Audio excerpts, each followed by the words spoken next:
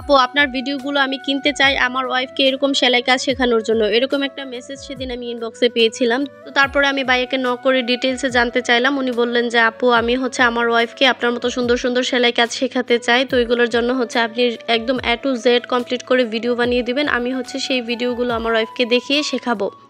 এবং আমি আপনার ভিডিওগুলো ফ্রিতে নিব না, আমি পেইড করে নিব। প্রত্যেকটা ভিডিওর জন্য আমি আপনাকে টাকা দিব, আপনি আমাকে সেইভাবে ভিডিওগুলো বানিয়ে দিবেন। পরে আমি ওনাকে বুঝিয়ে বললাম যে ভাইয়া এটা একটু বেশি বেশি হয়ে যাচ্ছে, এরকম করার কোনো প্রয়োজন নেই। আমি এমনিতেই পেজে অনেক ভিডিও ছাড়ি, আপনি চাইলে আপনার ওয়াইফকে দেখাতে পারেন, এগুলো এইখান থেকে অনেক কিছু শিখতে পারবেন।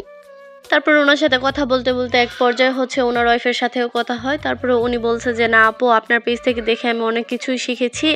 তো অনেকেই যে কোর্স করায়, সেলাই কাজের কোর্স শেখায়, আমি ভেবেছি হয়তো আপনিও কোর্স করান। সেই জন্য আমার হাজব্যান্ডকে বলেছিলাম যে আপনার কাছে নক করে জানতে যে সত্যি কি কোর্স করার নাকি।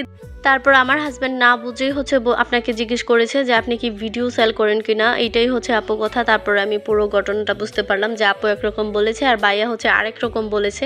তো আমি ওনাদেরকে খুব ভালো করে বুঝিয়ে দিয়েছি যে আসলে আমার এটা বিজনেস পেজ, যার কারণে আমাকে রেগুলার ভিডিও আপলোড করতে হয়। তাই ভিডিও যেহেতু আপলোড করি, শিক্ষণীয় কোনো ভিডিও আপলোড করার চেষ্টা করি। আর এই ভিডিওগুলো আপলোড করার আরেকটা উদ্দেশ্য আমার কাস্টমার আপুরা যারা অর্ডার করেন তারা যেন খুব ইজিলিভাবে দেখতে পারেন যে আমি তাদের ড্রেসগুলো কিভাবে মেক করি। প্রত্যেকটা ভিডিও আমি ডিটেলসে দেওয়ার চেষ্টা করি। আপুকে ডিটেলসে বলার পরে আপু বলতেছে যে আপু আপনি যদি কখনো কোর্স করান তাহলে অবশ্যই আমাকে নক করে জানাবেন যে আপু আমি কোর্স করাচ্ছি, আমি আপনার কাছ থেকে অবশ্যই কোর্স করে কাজগুলো শিখতে চাই। কিন্তু সত্যি কথা বলতে আমার কোর্স করাতে একদমই ভালো লাগে না। এই জিনিসটা কেন যেন আমার খুব একটা বেশি পছন্দ না। আমি সেলাই কাজ করতেছি, ড্রেস সেল করতেছি, আমার ড্রেস পরে অনেকে বিয়েতে যাচ্ছে, বড় বড় অনুষ্ঠানে যাচ্ছে, এটাই আমার কাছে বড় একটা পাওয়া। আমার কোর্স করিয়ে টাকা ইনকাম করার খুব একটা বেশি ইচ্ছা নেই। জানি না কখনো করবো কিনা, যদি কখনো আল্লাহর ইচ্ছা হয় তাহলে হয়তো করাতেও পারি। সেজন্য এটা আমি একদম এনশিওর দিতে পারবো না যে আমি কখনোই করাবো না। জানি না কি আছে কপালে। আপাতত আমি বিজনেস নিয়েই এগোতে চাই।